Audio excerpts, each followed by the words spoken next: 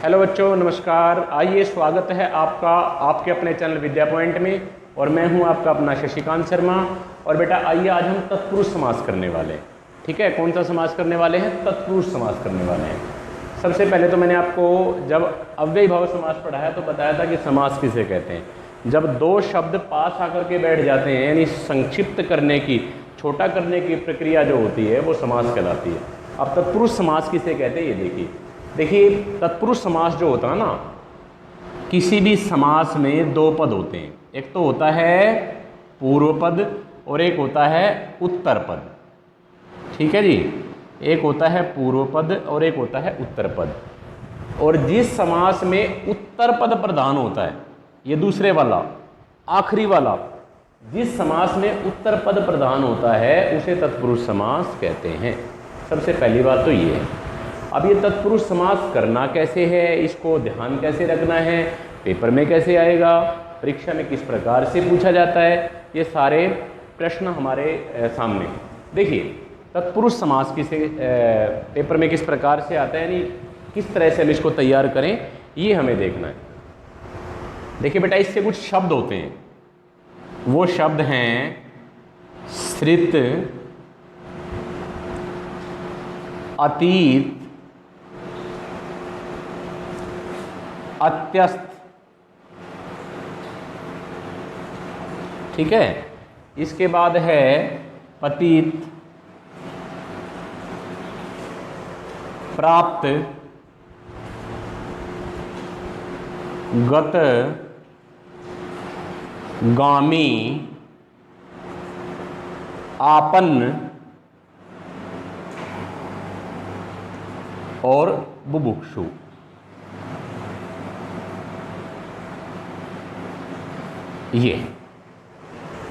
ये हमारे कुछ शब्द हैं जो आपको याद रखने हैं, ध्यान रखने हैं। जब तक इन शब्दों का आपको नहीं पता होगा तो आप तत्पुरुष समास नहीं कर सकते। और ये शब्द केवल द्वितीय विभक्ति के हैं, ये याद रखना आपको।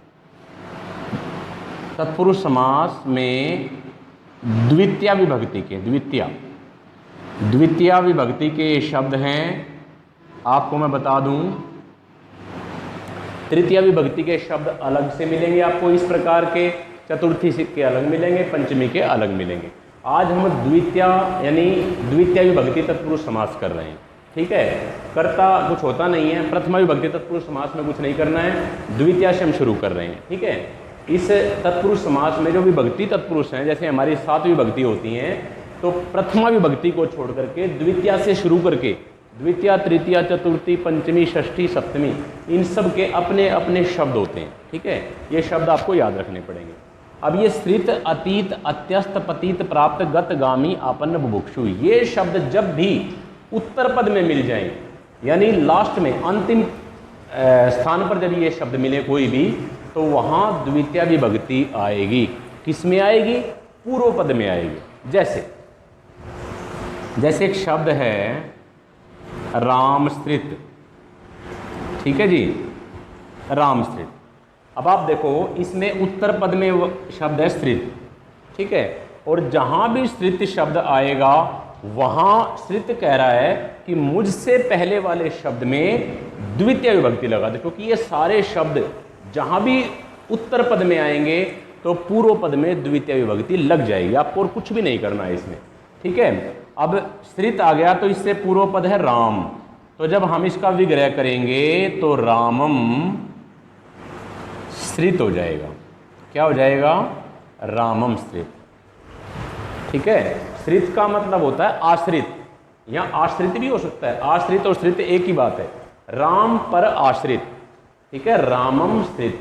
अब राम पर वैसे तो सप्तमी आनी चाहिए थी, लेकिन ये कुछ स्पेशल शब्द हैं, कुछ विशिष्ट शब्द हैं, विशेष शब्द हैं, जो ये बता रहे हैं कि जहाँ भी ये आएंगे तो इनसे पहले पूर्व पद में द्वितीय आएगी। मीनिंग चाहे हिंदी में कुछ भी निकलता हो।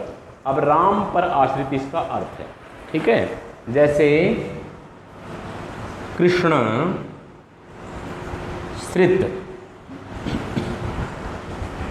कृष्ण श्रित, इसमें क्या बन जाएगा? वही होगा, श्रित लगा हुआ है तो कृष्णम श्रित हो जाएगा बेटा। ठीक है, ये हो जाएगा। इसी तरह से है अतीत। अतीत, अतीत का मतलब होता है पार गया हुआ, ठीक है ना। जैसे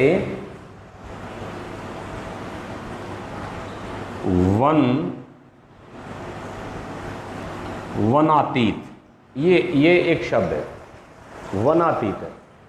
आप देखो इसमें अतीत शब्द है उत्तर पद में, और उत्तर पद में अतीत है तो पूर्व पद वाले में द्वितीय आ जाएगी। वनम अतीत, क्या हो जाएगा, वनम अतीत, ये हो जाएगा, ठीक है। वनम अतीत है क्योंकि इसमें द्वितीय विभक्ति लग जाएगी वन में। और ये वनातीत कैसे बना, देखो जब वनम इसका समस्त पद हम बनाएंगे, ये तो है विग्रह रूप, ये है समस्त पद रूप। समस्त पद किसे कहते हैं, विग्रह का छोटा रूप। जब विभक्ति का बीच से हम विभक्ति को हटा देते हैं तो वो समस्त पद बन जाता है, ठीक है ना। अब वनम अतीत है, इसमें से हम हटा देते हैं तो वन अतीत रह जाएगा। अब यहाँ भी अ है और यहाँ भी अ है, यहाँ दीर्घ संधि बन जाएगी, अ और अ मिलकर के आ बन जाएगा, तो वनातीत बन जाएगा, ठीक है। कभी ये सोचो कि सर ये वना का कैसे आ गया, ये संधि होकर के आया है, ये आपको याद रखना है। अतीत का मतलब पार गया हुआ, और अत्यस्त, अत्यस्त का मतलब भी यही होता है, परे गया हुआ, ठीक है ना, पार गया हुआ। ये भी किसी शब्द के साथ लगे या ये लगे, ये लगभग सेम मीनिंग इनका होता है। पतीत, पतीत का मतलब गिरा हुआ, जैसे नरक, पतीत, ये समस्त पद है क्योंकि विभक्ति इसमें नहीं लगी। अब पतीत शब्द उत्तर पद में है तो पूर्व पद में द्वितीय आएगी। जहां भी उत्तर पद में ये शब्द आएंगे तो पूर्व पद में द्वितीय आएगी, तो ये बन जाएगा नरकम पतीत, नरक में गिरा हुआ, ठीक है ना, ये हो जाएगा। प्राप्त, प्राप्त का जैसे दुख प्राप्त, क्या हो जाएगा, ये हो जाएगा बेटा दुख प्राप्त, ठीक है। अब प्राप्त शब्द है तो इससे पहले वाले पूर्व पद में द्वितीय आ जाएगी, दुखम प्राप्त हो जाएगा, क्या हो जाएगा, दुखम प्राप्त, दुख को प्राप्त। गत, गत का मतलब गया हुआ होता है, ठीक है ना।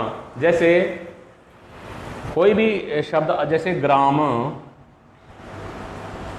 गत, ठीक है, ग्राम गत, अब क्या हो जाएगा, गत आया हुआ है तो ग्रामम गत हो जाएगा, इसका विग्रह क्या हो जाएगा, ग्रामम गत, ये हो जाएगा, ठीक है। गामी का भी यही हो जाएगा, ग्रामम गामी, नगरम गामी, कोई भी हो सकता है। आपन्न मतलब प्राप्त करने वाला, ठीक है ना। जैसे धनापन्न, क्या हो जाएगा, जैसे धनापन्न एक शब्द है, धन आपन्न, तो क्या हो जाएगा, धनम आपन्न बन जाएगा, और क्या है इसमें, ठीक है ना, ये हो जाएगा धनम आपन्न, ये हो जाएगा। बुभुक्षु, बुभुक्षु होता है भूखा, किसी भी चीज़ का भूखा हो सकता है, जैसे धन का भूखा, भोजन का भूखा, जैसे भोजन बुभुक्षु। जैसे एक शब्द है भोजन बुभुक्षु, ये है बेटा, ठीक है। इसमें आपको क्या करना है, बुभुक्षु शब्द उत्तर पद में है तो पूर्व पद में द्वितीय लगा देनी है, क्या हो जाएगा, भोजनम, भोजनम बुभुक्षु हो जाएगा, ठीक है, भोजनम बुभुक्षु हो जाएगा। ये है आपका तत्पुरुष, यानी द्वितीय विभक्ति, विभक्ति तत्पुरुष समास है, और विभक्ति तत्पुरुष में भी द्वितीय विभक्ति तत्पुरुष समास है। इसमें आपको क्या करना है, ये शब्द आपको याद रखने हैं, स्त्रीत, अतीत, अत्यस्त, इनके मतलब मैंने बता दिए, ठीक है ना। ये से परे गया हुआ, ठीक है, और ये पार किया हुआ, थोड़ा सा इनमें डिफरेंस है, लगभग सेम अर्थ देते हैं। स्त्रीत मतलब निर्भर, आश्रित, पतित मतलब गिरा हुआ, प्राप्त मतलब प्राप्त का आपको पता ही है। गत और गामी, ये गामी जाने वाला, गत गया हुआ। आपन्न मतलब प्राप्त किया हुआ, ठीक है ना, प्राप्त करने वाला। और बुभुक्षु मतलब भूखा। ये शब्द जब भी उत्तर पद में आएंगे तो आपने पूर्व पद में द्वितीय विभक्ति लगा देनी है, ठीक है। विग्रह करते टाइम, विग्रह कहा जब समस्त पद बनाएंगे तो द्वितीय विभक्ति का माँ हटा देना है और इसको जोड़ करके लिख देना। यदि संधि बनती है जैसे यहाँ बनी थी तो संधि बना देनी है, और नहीं बनती है तो नहीं बनानी है। ये था आपका तत्पुरुष समास। ठीक है बेटा, तो मैं पूरी उम्मीद करता हूँ कि आपको तत्पुरुष समास अच्छे से समझ में आ गया होगा। ठीक है, आपका बहुत बहुत धन्यवाद।